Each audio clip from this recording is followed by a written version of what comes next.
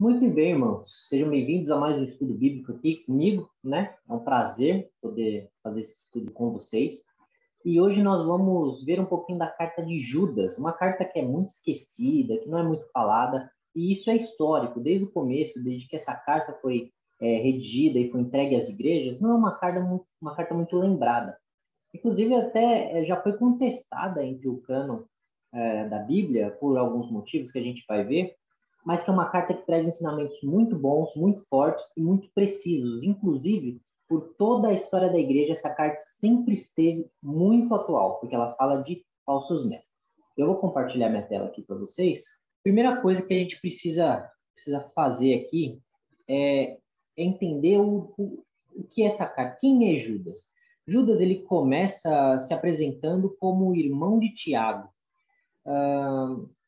O único Tiago aqui com uma reputação suficiente para ser usado como referência de alguém naquela época era o Tiago que era líder da igreja de Jerusalém, que era meio irmão de Jesus, irmão de sangue no caso, né? Partindo desse ponto, claro, existem outros Judas durante a narrativa bíblica, existem, se não me engano, até 8 Judas diferentes. Mas vamos partir do ponto que o Tiago que ele fala, ele se chama de irmão de Tiago, é esse Tiago, líder de Jerusalém. Não existia outro Tiago tão famoso assim entre a cristandade naquela época. Partindo desse pressuposto, Judas, ele também é, então, irmão de Jesus, por parte do seu pai José e da sua mãe Maria. Outra coisa que nos fornece informação aqui dessa carta é que ela provavelmente veio de um judeu, e o que reforça a ideia desse Judas, irmão de Tiago. Por quê? Porque várias vezes ele cita indireta e diretamente costumes do povo judeu e até algumas passagens do Antigo Testamento ou de acontecimentos da cultura judaica mesmo, de fato. Inclusive, esse é um dos motivos da discussão da canonicidade desse livro. Ele traz duas citações, uma no verso 9 e outra nos versos 14 e 15, de apócrifos, de conhecimentos judaicos que não entraram no cano da Bíblia Sagrada. E isso, claro, foi motivo de muita discussão. Porém, a gente tem testemunhas de muitos outros cristãos de que essa carta é sim cânone. Um deles é o próprio cânon muratoriano, que era um cânon formado ali naquela região. Eles incluía o livro de Judas. Também teve Clemente de Alexandria, que citou Judas como canônico, Tertuliano, Orígenes, Atanásio e alguns outros aí, pais da igreja. Então a gente pode ficar tranquilo com a autenticidade desse texto. Agora, o propósito dessas citações não canônicas e que geram tantos debates não significa, então, que Judas está dando uma validade para esses acontecimentos não canônicos, aliás. Significa apenas que ele está usando alguns elementos da cultura da sua época, alguns elementos que eram muito conhecidos pelos seus ouvintes, para exemplificar a mensagem que ele estava passando. Então, não era tanto o acontecimento em si, mas o que ele representava para o ponto de vista ali que Lucas estava passando para os seus leitores. E além do mais, Judas, nós cremos que ele foi inspirado divinamente para escrever a sua carta. Então, Deus utilizou o conhecimento popular de Judas da época para transmitir a mensagem que ele queria passar através dessa carta. Então, passado isso, a gente tem que todas essas ocorrências elas serviram apenas para o escritor ilustrar melhor o ensino inspirado que queria transmitir, e elas não interferem em nenhum grau, realmente não interferem em nenhum grau, na exatidão dos ensinos contidos nessa carta passados para a igreja. O local da escrita dessa carta ele é incerto e a data, apesar de não ter uma precisão, ela tem uma estimativa aí beira algo entre 65 a 70 depois de Cristo, porque a gente percebe uma semelhança muito grande entre essa carta e o segundo, e se não me engano, o segundo capítulo da última epístola de Pedro, da segunda epístola de Pedro. Eu acho que é isso. Tem uma semelhança muito grande, muito forte nesses dois textos, o que sugere fortemente que eles estão muito próximos um do outro. E por estarem muito próximos um do outro, a gente consegue dar uma estimativa aí dessa data em que a carta foi escrita. E qual foi o motivo para essa carta ser escrita. A carta foi escrita para alertar os cristãos em geral contra falsos mestres. Então, é uma carta que é atual até para os nossos dias, né? Eles estavam espalhando ideias erradas nas igrejas, ideias que levavam a graça à libertinagem, coisa que a gente vê também hoje em alguns grupos religiosos. Eles estavam usando a graça de Deus, o fato de que você é salvo pela graça e não pelas suas obras, que você não é pelo seu esforço, não é pelos seus méritos que você é salvo, que você é salvo.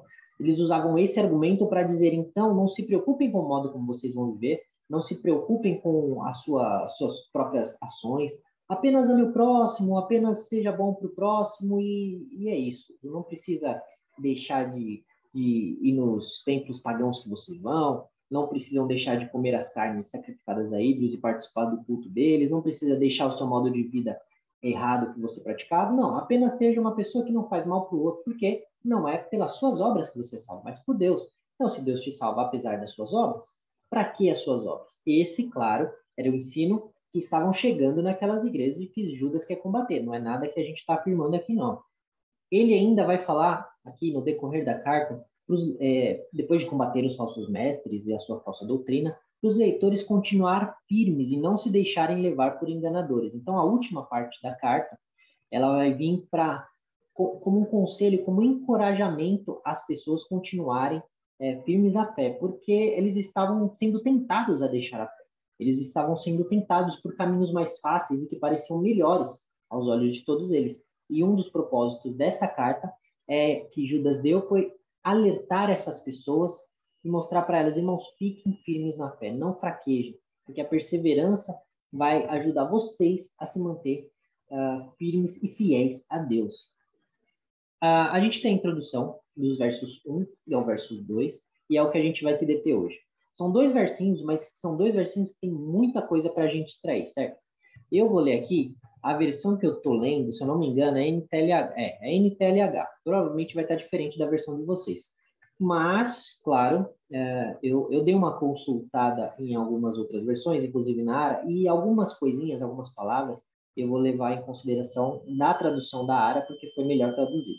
Enfim, vamos para o texto. O verso 1 e verso 2, tá assim. Eu, Judas, servo de Jesus Cristo, irmão de Tiago, escrevo esta carta aos que foram chamados, isto é, aqueles a quem Deus, o Pai, ama e a quem Jesus Cristo protege, que vocês tenham mais e mais a misericórdia, a paz e o amor de Deus. A primeira coisa aqui que eu quero falar. Judas, ele já se apresenta como servo de Jesus Cristo e irmão de Tiago. Geralmente, a forma como alguém se apresenta diz muito sobre essa pessoa, sobre o que ela acredita, sobre o que ela pensa de si mesma. Era muito comum também nessa época pessoas anônimas se passarem por pessoas famosas, tanto do passado quanto do presente delas ali. Para quê? Para elas se afirmarem, confirmarem a autenticidade do que elas escreviam e a autoridade com que elas escreviam. Então, elas viam que elas não tinham autoridade nelas, as pessoas poderiam falar, ele é só mais um Zé Ninguém, tá falando aí, não vamos dar atenção para o que esse cara tá falando. Então, o que ele fazia? Ele vinha e usava o nome de uma pessoa que era respeitada entre os cristãos para falar, se eu usar esse nome, as pessoas vão ouvir o que eu tenho a dizer. E aí escrever sua carta. Como naquela época você não anexava foto, você não tinha perfil para você ver quem é, e mesmo assim existem fakes hoje, né, que nem todo mundo consegue perceber que é fake.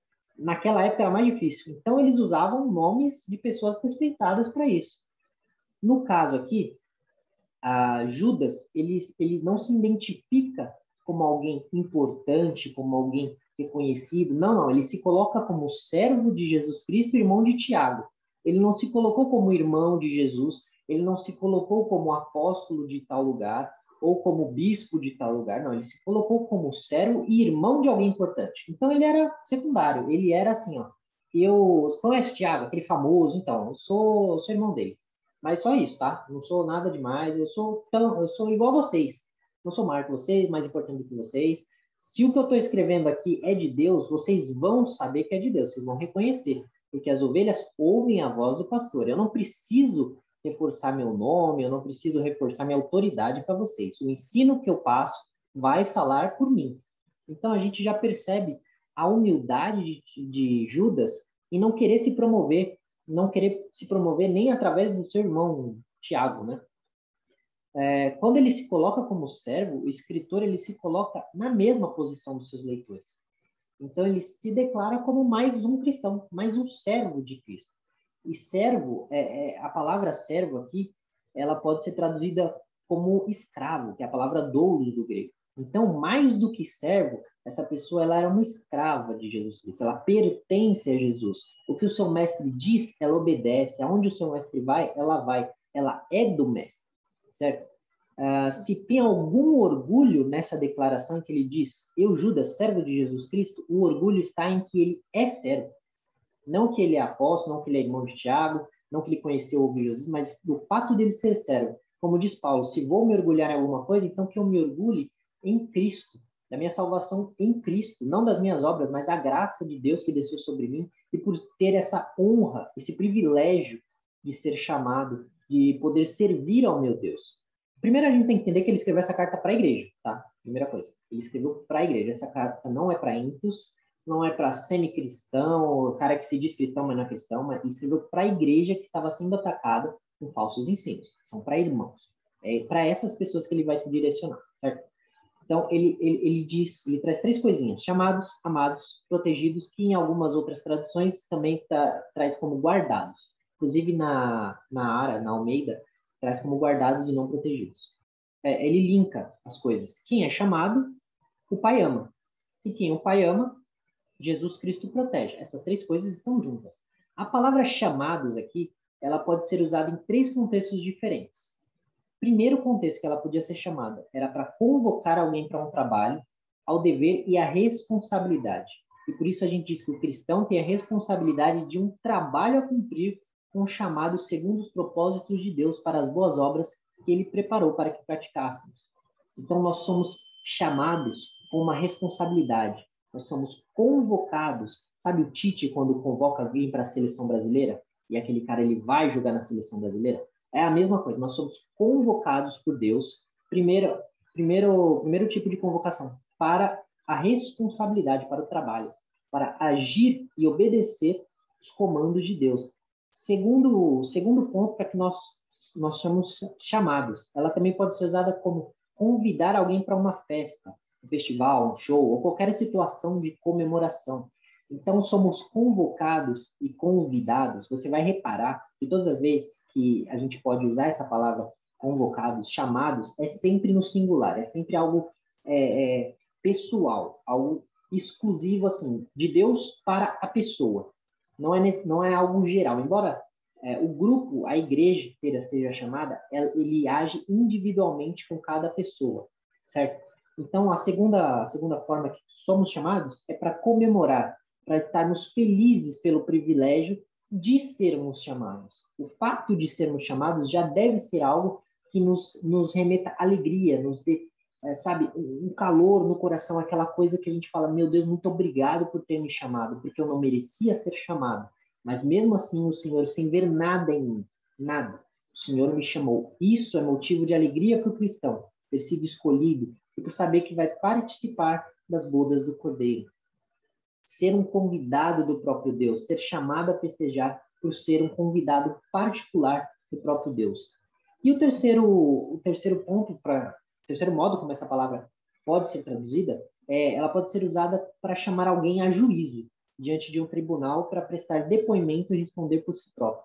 Aqui nós podemos tirar a conclusão de que o cristão ele também é chamado diante do trono de Deus para responder por toda a sua palavra dita, por toda a palavra dita, aliás, por todas as suas ações em vida e por tudo quanto pensou, fez, realizou ou deixou de fazer, deixou de realizar. O cristão ele é chamado, em última análise, também para ser julgado. A diferença entre o cristão e o não cristão é que passamos do juízo para a vida. Nós não somos condenados. Quando formos julgados, teremos a nossa pena cancelada. Por quê? Porque o sangue de Jesus anulou a sentença do pecado que estava sobre nós. Então, nós passaremos pelo julgamento, como todas as outras pessoas.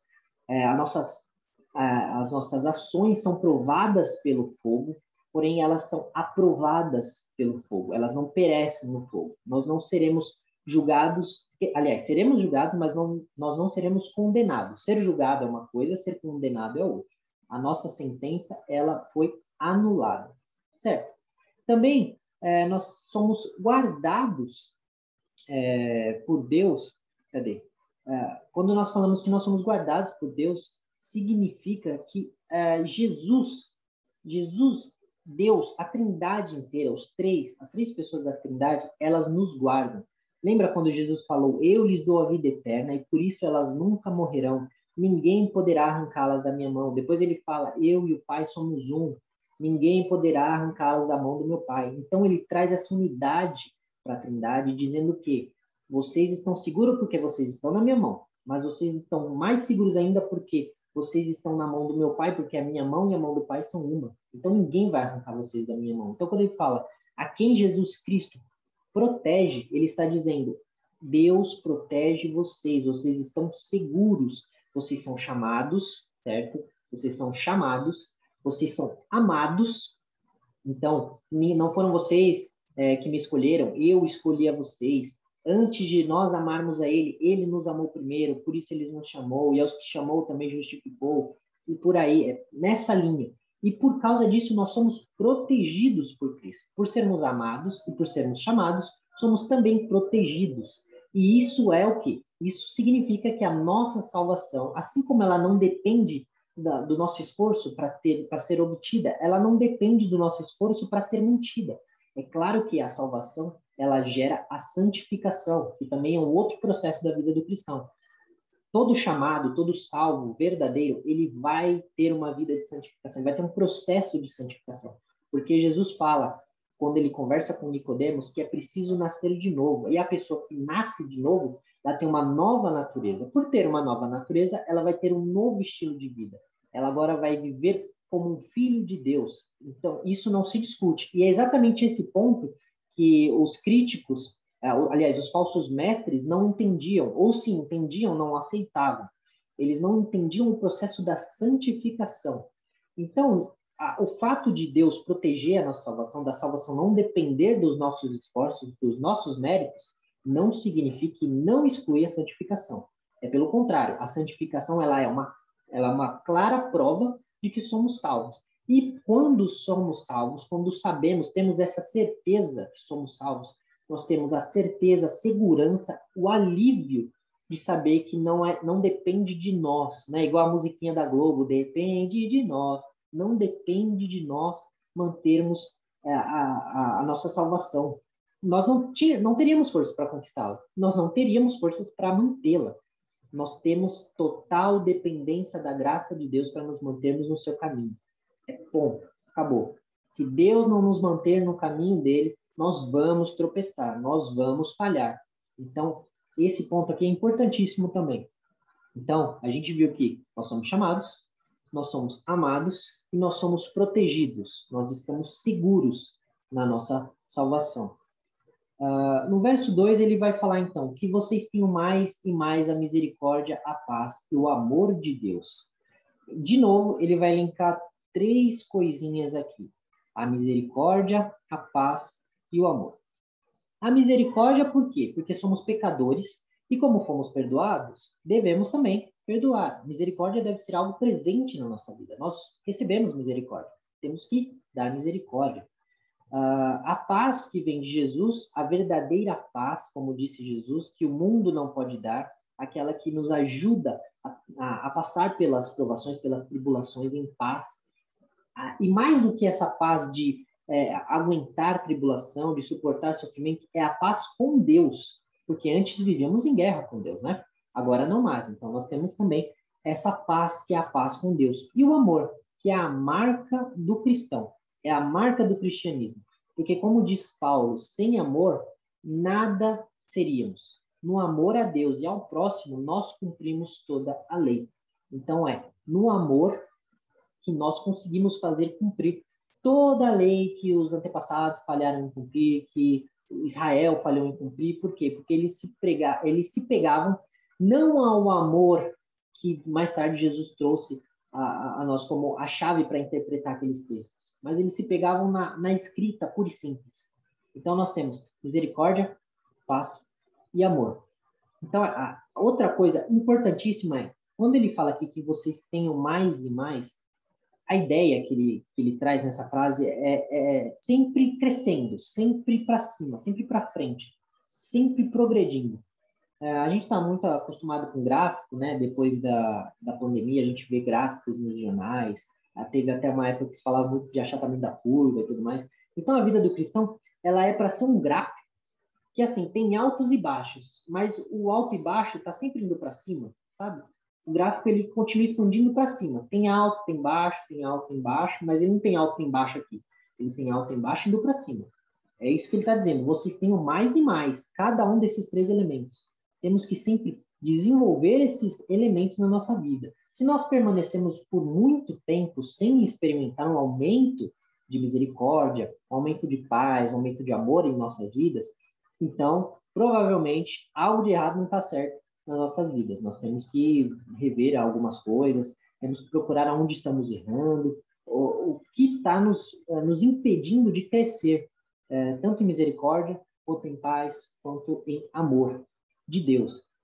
Os três atributos aqui, eles aparecem como vindos de Deus. Ele fala aqui, misericórdia, paz e amor de Deus. Então, não é misericórdia, paz e amor de vocês para Deus. Não, é de Deus. A misericórdia, a paz e o amor, eles vêm de Deus até a gente. Deus nos dá essas coisas e ele faz essa petição aqui para que a gente tenha mais e mais, que a gente receba mais e mais disso. Então, é como se ele pedisse para o próprio Deus, dizendo assim, ó, dê mais dessa misericórdia, dê mais dessa paz, dê mais desse amor para eles, porque eles precisam.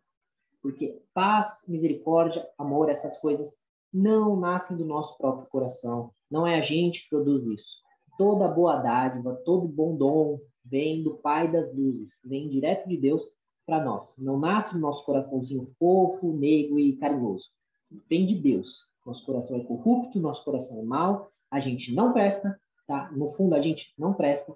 A gente, no máximo, é como um cão domesticado, que aprendeu as regras de não fazer mal para amiguinho, de não bater em ninguém, de não xingar fulano. E mesmo assim, às vezes, a gente tem gente que passa dos limites, né? Mas no máximo isso, porque no fundo, Deus sonda as nossas intenções e até nosso maior ato de justiça é como um trapo sujo diante de Deus. Tamanha a santidade de Deus. Então, tudo que é perfeito, toda a misericórdia, toda a paz e todo amor vem direto de Deus para nós. Certo? É desejo aqui do escritor que tenhamos, então, cada vez mais esses três atributos, pois todo versículo traz a ideia de algo contínuo, como eu acabei de falar. Pela misericórdia de Deus, não temos o que merecemos e somos perdoados dia após dia. E por termos essa misericórdia, somos chamados a exercê-la em nossa vida. Importante aqui, eu não sei se eu já falei, mas vamos falar de novo. A repetição, dizem que a repetição é a mãe da sabedoria. Então, todas essas coisas que ele está falando aqui, misericórdia, paz e amor, é dado de Deus para a gente. E se Deus nos deu, ele nos deu para compartilharmos. Deus não nos dá nada, nenhum dom, nada, que a gente não compartilhe para a bênção do próprio, seja a bênção da igreja, como o corpo de Cristo, seja para a bênção das pessoas que convivem com a gente, não necessariamente sendo irmãos em Cristo. Tudo que Deus nos dá, todo presente de Deus, toda dádiva de Deus, tudo que vem de Deus para nós, é para a gente abençoar outras pessoas. Nos abençoa e, ao mesmo tempo, nós temos que abençoar outras pessoas com isso. Deus não dá nada para a gente guardar. Israel, quando recebeu a lei de Deus, eles tentaram fazer isso. Eles pegaram a lei, os 10 mandamentos ali, guardaram com eles bonitinho, botaram no bolso e falaram, ninguém viu, ninguém está vendo, é meu e é isso. Vou ficar na minha aqui, vou seguir, é eu e Deus, Deus me escolheu, maravilha. Deus nos revelou para mim, Deus revela para eles se eles quiserem. Foi isso que Israel fez. Israel não tinha missionário. Se eu não me engano, se não for, a não ser o caso de Jonas, não existe nenhum outro missionário relatado no Antigo Testamento. Posso estar errado, de cabeça, assim, eu não me lembro. Mas Israel não tinha essa coisa de abençoar outras nações. Deus falou para Abraão que as famílias de toda a terra seriam abençoadas através da sua descendência. Porém, a gente entende que a descendência que Jesus está falando, a sua descendência, é a igreja. Porque o próprio Israel não estava nem aí em falar de Deus para os pagãos, falar de Deus para os gentios. Eles queriam apenas guardar a lei entre eles e eles se darem bem com Deus, entendeu? Era basicamente isso. E esse é o problema. Israel falhou em guardar porque não era. O plano original era para que as famílias do mundo inteiro fossem abençoadas através de Abraão, através do descendente de Abraão. E no fim das contas, o plano não deu errado, porque todas as famílias da terra foram abençoadas pelo descendente de Abraão, porque o plano de Deus, ele não falha, Deus não tem plano B. Só que isso mostra pra gente como na história, essa coisa de querer guardar o que Deus nos dá pra gente, essa coisa não dá certo. Ela não funciona assim. O que Deus nos dá, ele nos dá para dividir com as outras pessoas, certo? Então, a paz que nos foi dada, porque deixamos a rebelião contra Deus, quando estávamos no mundo, nós tínhamos essa rebelião, éramos inimigos de Deus, e inimigos no sentido de opositores mesmo, de fazer guerra. Essa paz, ela foi nos dada também para que a gente compartilhe da paz que nós sentimos com outras pessoas. As pessoas vão falar, nossa, mas você tem uma paz, nossa, mas você, não sei o que acontece, você nada te abala, ou se te abala, você nunca desiste. A pessoa fala, de onde se tira essa força? Essa força não vem da gente, essa força vem da paz que Deus nos dá. Através do nosso comportamento, as pessoas têm um testemunho que muitas vezes a única Bíblia que alguém vai ler é a nossa vida. Muitas vezes a pessoa vai ouvir o evangelho da gente, mas ela mesma não vai ler uma Bíblia. Muitas vezes ela não vai parar para ler o evangelho, nada do tipo. Então ela vai ter que ver na gente a misericórdia, a paz e o amor de Deus. Então a gente, como espelho, como reflexo de Jesus, como pequenos cristos, nós temos que transmitir todas essas ideias, e a paz é uma delas. Jesus fala em João 14, 27, ele fala o seguinte, deixo com vocês a paz, é a minha paz que eu lhes dou, não lhes dou a paz como o mundo a dá. Não fiquem aflitos nem tenham medo. Então Jesus ele não dá uma paz que é simplesmente um alívio de consciência momentâneo, mas que daqui a pouco passa. Ou é um psicológico forte. Deus não é isso que ele está falando. Ele está falando da paz com Deus, de você não ter medo de morrer hoje, de morrer amanhã, de você não ter medo do incerto, que é a morte, que todo mundo fala, né? O ser humano tem medo do desconhecido, que a morte ninguém sabe o que acontece depois da morte. Nós sabemos o que acontece depois da morte. Por isso nós não temos medo, porque temos paz, nós sabemos que está tudo bem. Se a gente morrer hoje, se a gente morrer amanhã, se acontecer alguma coisa, a gente está tudo bem. Inclusive, o apóstolo Paulo queria que acontecesse logo. Ele fala em uma das suas cartas, ele queria logo morrer, mas porque ele sabia que ele tinha trabalho entre os irmãos, que ele tinha coisa para fazer, pessoas para abençoar, pessoas para alcançar. Ele então ficava e fazia, dava o seu melhor no seu trabalho. Então a gente não tem esse medo por causa dessa paz. Outra coisa, o amor de Deus, a cruz de Cristo, o perdão dos pecados, tudo isso pode ser encaixado aqui, ó, no amor que vem de Deus. O sacrifício que de uma vez por todas nos abriu caminho de volta para o Pai. Isso tudo faz parte do amor de Deus. É isso que ele está pedindo. Que vocês tenham mais e mais desse amor, que vocês experimentem mais e mais dessa paz, mais e mais dessa misericórdia. Dessa forma, nós devemos demonstrar amor ao nosso próximo. Amar quem nos odeia, porque orar por quem nos amaldiçoa e por quem nos persegue. Judas está falando, tenham mais e mais dessas coisas. Tenham mais misericórdia, tenham mais paz, tenham mais amor. Para quê? Para que vocês possam exercer mais misericórdia, para que vocês possam mostrar, dar mais amor às pessoas, para que tudo isso encha a vida de vocês, de Deus, de tudo que Ele pode dar para vocês. Repara que Judas em nenhum momento falou que vocês tenham mais e mais casas, mais e mais mansões, que vocês tenham mais e mais dinheiro no bolso, que vocês tenham mais e mais saúde mental, que vocês tenham mais e mais uma vida sem problemas, mais e mais saúde física. Claro que tudo isso é importante. Se você pode melhorar de vida, se você pode tratar alguma coisa na sua mente, alguma coisa, você deve fazer isso. Tudo isso é importante. Mas Judas aqui está tratando com prioridades. Prioridades. É que vocês tenham mais e mais misericórdia, paz e amor de Deus, não de vocês, de Deus. E tudo isso que Deus dá, vocês tenham mais e mais. Ou seja, que vocês se desenvolvam na caminhada cristã de vocês. Não parem. Não achem que, agora eu conheço o suficiente, agora eu já tive o suficiente de Deus, agora beleza, vou ligar a vida no automático, eu vou na igreja no domingo, depois volto para casa, minha vida de semana, aí no outro domingo eu volto para a igreja, aí depois volto para casa. Depois... Parem com isso. Não é isso. Tenho mais e mais de Deus, sempre.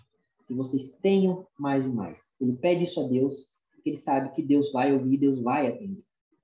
Deus vai atender, porque Deus, ele atende quando nós pedimos mais dele. Porque essa é uma petição justa, é uma petição boa, uma petição que Deus se agrada em realizar. Não é uma petição para desejos egoístas, para desejos mesquinhos. Ao contrário, é uma petição para que nós sejamos mais cheios de Deus, para que nós tenhamos mais dele, e isso vai dar glória. Deus se agrada em dar essas coisas. Então, peça essas coisas, peça misericórdia, peça paz e amor de Deus. Cresça nessas coisas. E eu tenho certeza que a sua vida cristã vai ser cada vez mais perto de Deus, cada vez mais abençoada por Deus. E aqui eu não estou falando, como eu disse, não estou falando de bênção material, porque não necessariamente é isso, não posso prometer isso, ninguém pode prometer isso, mas você pode ter certeza que a sua vida com Deus, a sua vida pessoal com Deus, a sua intimidade com Deus, a forma como você se relaciona com Deus, ela vai melhorando cada dia mais, cada dia mais. É como um relacionamento com um amigo, com um familiar. Esse relacionamento pode ser ruim, pode ser cada vez melhor. E essa é a questão. Seu relacionamento com Deus vai ser cada vez melhor. Certo? Então é isso. Muito obrigado. Que Deus abençoe vocês. Espero que tenha sido útil essa palavra para vocês. Foram só 2 versículos, mas eu acredito que 2 versículos deu para a gente tirar bastante coisa.